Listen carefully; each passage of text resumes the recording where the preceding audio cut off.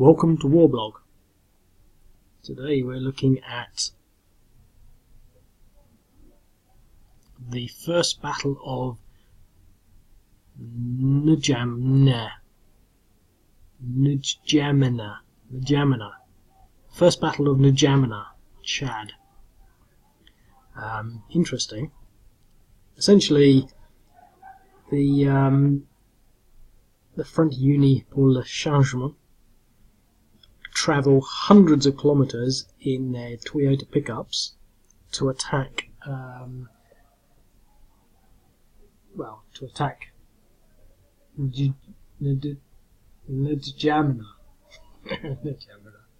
They laid siege to NDjamena on the 13th of April 2006 between 1,200 and 1,500 FUC rebels in 56 pickup trucks, and they dashed hundreds of kilometers across Chad from bases in Darfur and the Central African Republic to fight pitched gun battles with Chadian security forces on the streets of the capital. The fighting lasted from 5 AM to 11 AM and included armoured personnel carriers, technicals, four-wheel drive vehicles mounted with heavy weapons, and tanks, and was concentrated in the southeastern suburbs and the Palais des Quins, Chad's parliament, which the rebel troops, unfamiliar with the layout of the capital city, mistook for the presidential palace. With considerable assistance from the French military, the takeover attempt was thwarted and hundreds were killed. It's interesting actually because I've read it, but it says from 5 AM to 11 AM, so it's a 4-hour battle. Now, given it a really big map, but really it's sort of fairly pointless. I could have maybe just made it a much smaller one at a bigger scale, but that was to sort of represent the units travelling a long way, as they could maybe get stopped. Turn 5, you basically get the reinforcements in. I'm not sure how it's going to balance out, so I'm just going to jump straight into it. It could be the sort of scenario that needs a lot of adjustments, but I don't know. So it's the FUC turn first, so I think they can... Well, that's no good. They're going the wrong way. I was going to say, I think they can probably get pretty close in the first turn, but not if you misdo them like that. Now, there's no such thing as an undo counter, so we can say they had engine trouble on the way. Oh, I've still got 1.4 movement. It's a shame I just can't do it the way I do it. But this is they've got 8 movement to represent their sort of mobility. I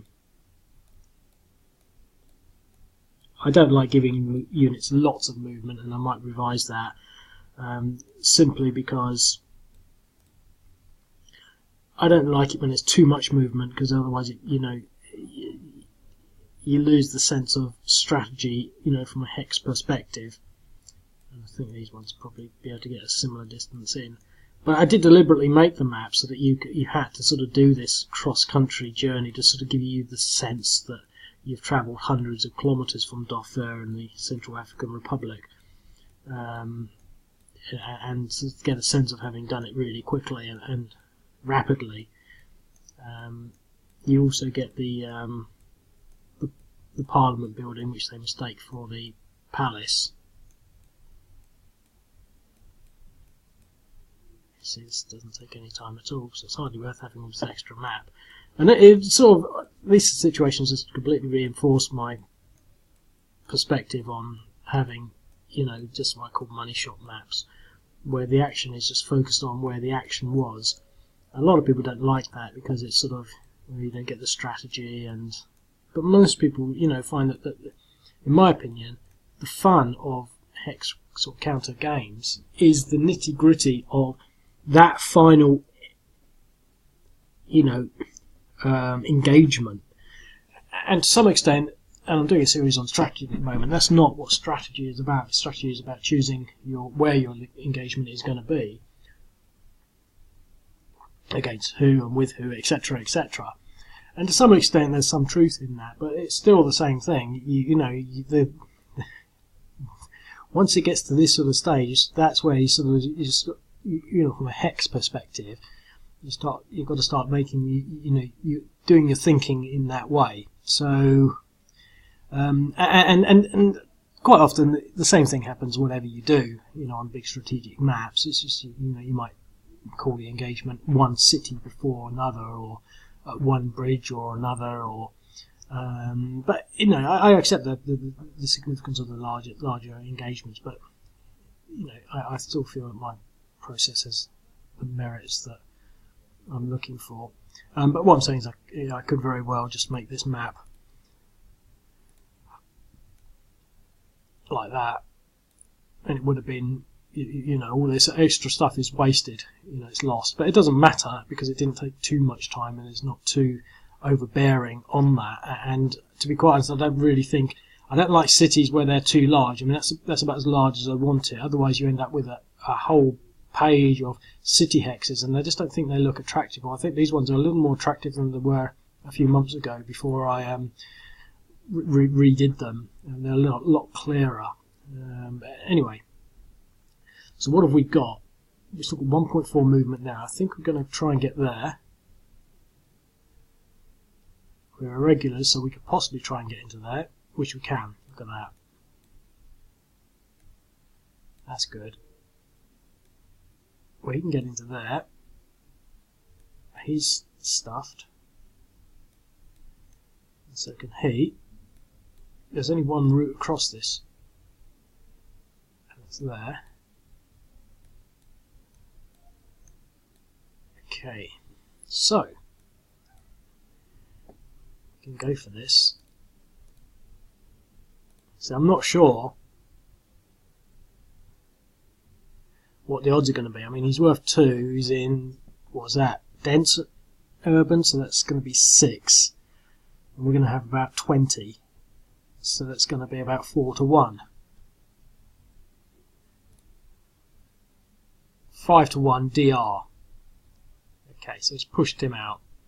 Now I was thinking, and I might go back and adjust the movements actually, considering how quick it gets in. I did sort of think that these units should have at least a turn to respond.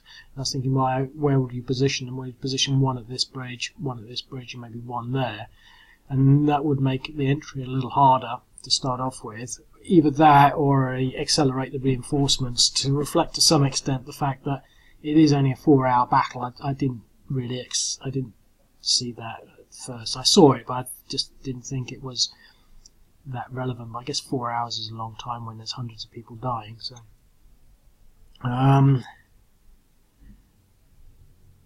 So that's that. The Chad turn. Well, depressions 2. I think we're going to move into that. Oh yeah, though he would have been a lot less because that was light urban. This is dense urban. Now he's doubled up, and he will be there, so he'll refuse the flank. I don't think we're going to last that long. Maybe I should reduce the number of units here. Okay.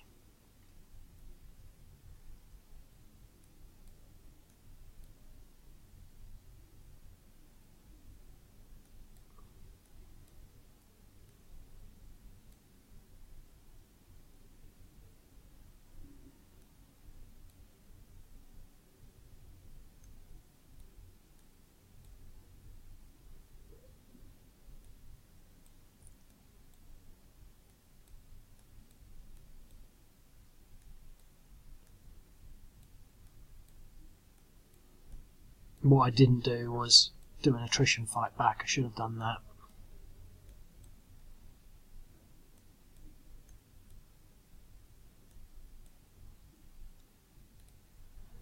Well, this isn't sort of everything, but it's. I think this is going to be. This is going to sort it out. 5 to 1 and a DR. Okay, and they've still got lots of movement, so I don't think it's particularly well balanced because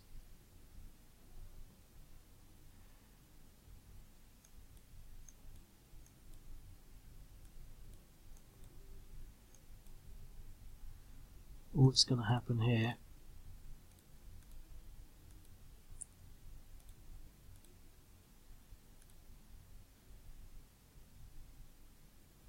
Ooh. 1 to 2 odds.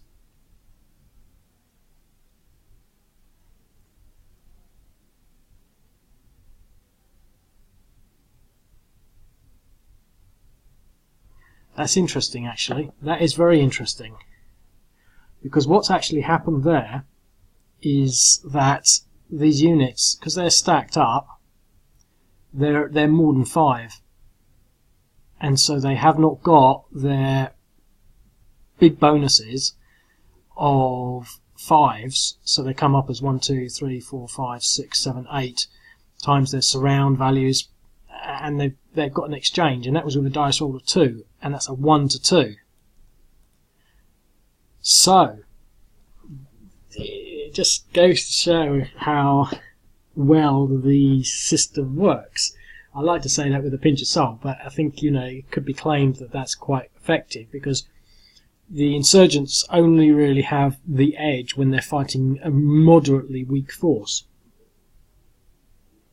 But once a force manages to consolidate to, you know, I mean, almost battalion level, they don't really have that edge. It's too much for them to fight, and they've just that's just been demonstrated there.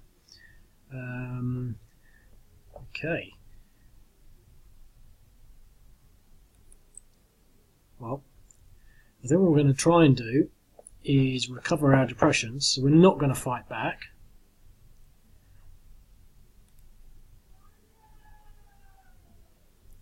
And see what they can do this time, but they're going to make one small change there.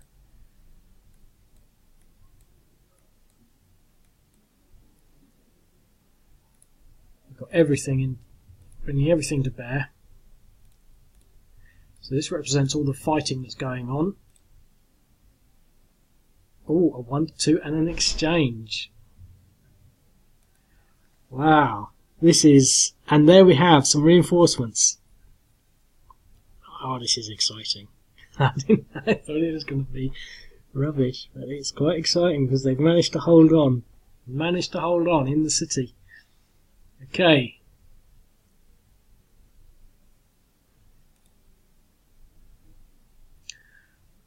Can we get these reinforcements there in time?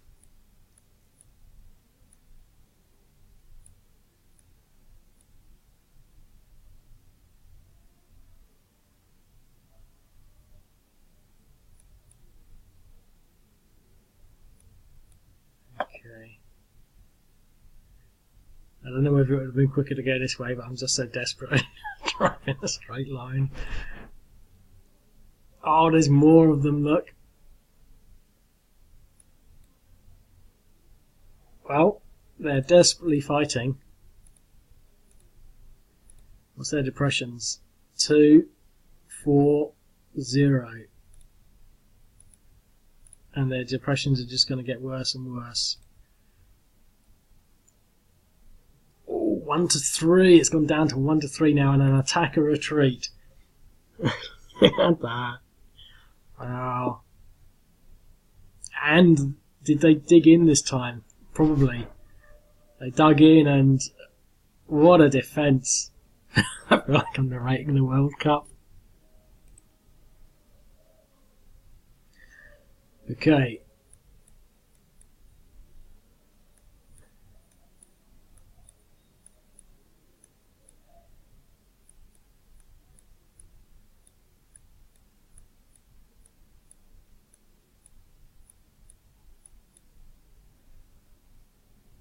Well, they're going to hold in again.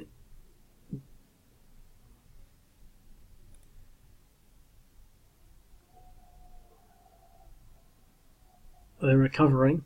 Depression 0, Depression 1, Depression 3. And they've probably got one more attempt, and even that is suicidal.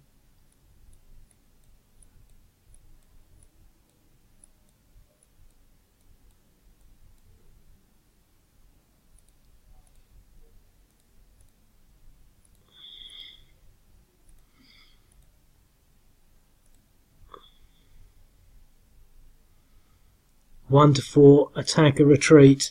Again, failed. And then can't go doing any more attacks like that. I mean, the depressions are now 6, 50% strength. Oh, and the French paratroopers are now in play.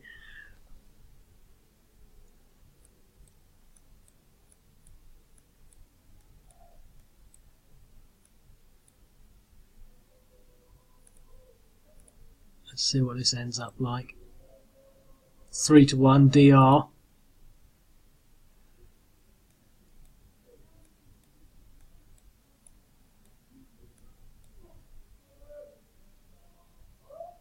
And he's stopped in the zone of control, even though he can't fight. That's odd. The zone of control extends across the river, but he can't fire across the river. Oh well, no big problem. Do they dare come out? Right, what do we do with these paratroopers? Wherever they end up, we're going to block the road.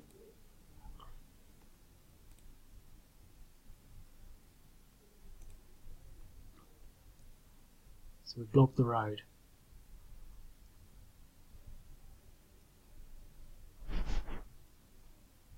This road's blocked.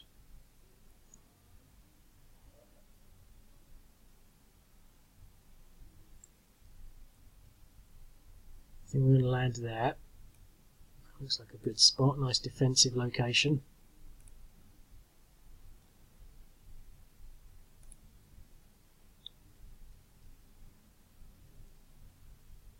Someone there, I guess.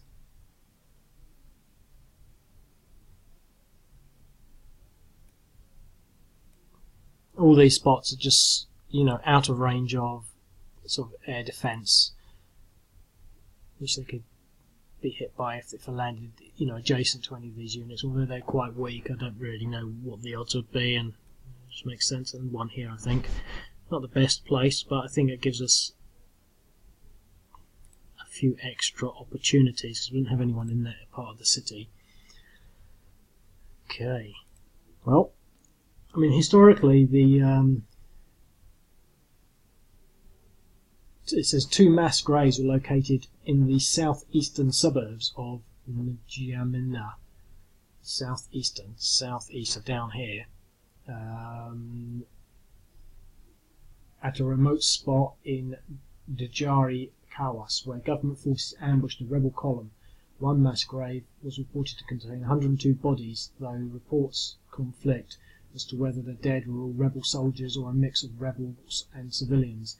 The second mass grave at Djari Kawas was said to contain 45 bodies and were there once they were released from the morgue, and were buried there once they were released from the morgue at the central hospital. So I think there's times that they want to run away. When did he come on?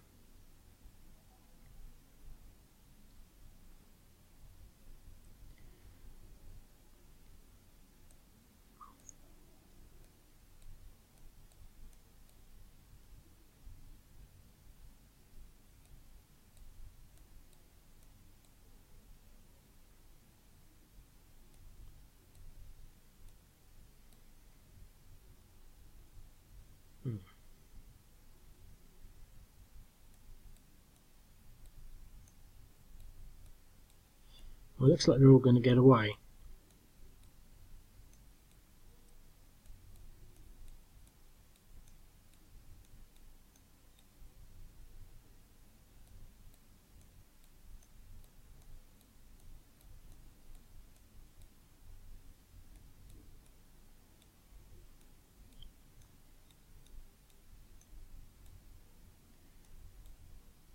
Those 2 attack a retreat, or was it 3 of them, didn't do them any good at all.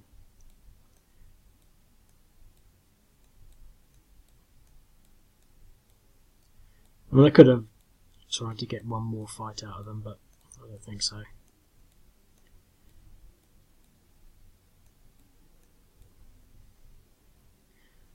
Okay. Well, I don't think that there's any point in chasing them, just simply because when we could chase that, but the paratroopers are not going to get there, they're just not fast enough. We've got these units here, but we do run the risk, if we do chase them, of being counter-attacked. You know, although they're at half strength, we'll still be able to sort of gang up and maybe cause some damage. They are running away at the moment, so I think that's pretty much it.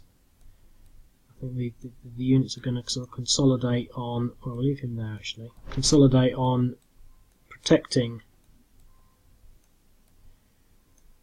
the city.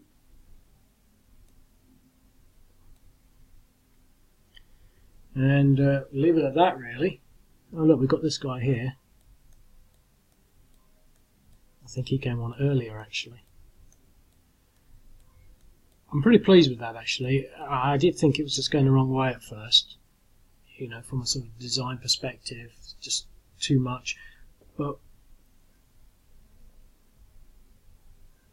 essentially it was possible for them to have taken the city.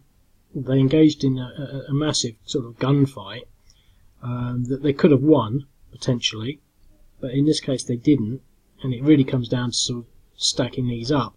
So it really comes down to sort of how much damage can they do in the first turn, and I think to some extent, as the Chadian player, the first turn is not to sort of stack there, and there, it's to stack everyone up in the same hex, maybe in there. I mean, that's pretty much that. So what they really need to do is to, on that first turn, you really have to be careful, and it's just a number crunching sort of, you know, angular process of making the most optimum incisions here and there. But I think that is the first turn, that they've got to sort of somehow try and divide the stacks so they can't stack up. You know, by moving into there or moving into there and just sort of splitting them up, and then they do have that time to sort of do some damage. I think I might accelerate when these units come on, just to sort of, you know, by one turn I think they should do it, and that's a pretty good not sort of simulation, but that's a pretty good sort of setup, I think. You know, they did fail, but the fact that they drove hundreds of kilometres from, you know, if you look at a map and look at the Darfur, which is South Sudan, the Sudan area, I'm not sure which one, and the Republic of the Congo. That's where they came from, isn't it? Central African Republic, CAR, Central African Republic, and Darfur. They really are literally hundreds of miles away, and you sort of wonder whether they did it on a tank full of gas or what. You know, they must have stopped for petrol or something. You know, it's one of those things that in its own right was a strategic decision to have done something, you know, out of the blue, and to fail as abysmally as that. But, you know, like in all things, it could have gone the other way, you know, not necessarily because of superiority of numbers, but, you know, I mean, that's how Al-Qaeda pushed, you know, the Iraqi troops out of Mosul, I believe. You know, they just ran away, and Raqqa, they just ran away. It could have been that the ferocity and intensity of their attack just caused, you know, all the units to run away, and they would have achieved their strategic objective, so to speak. In this case, they didn't, and I don't think misunderstanding the Parliament building for the palace really made a great deal of difference, but, you know, who knows. Okay, well, hope you enjoyed that. You can play this yourself if you sign up, etc., etc. I'll speak to you later. Bye.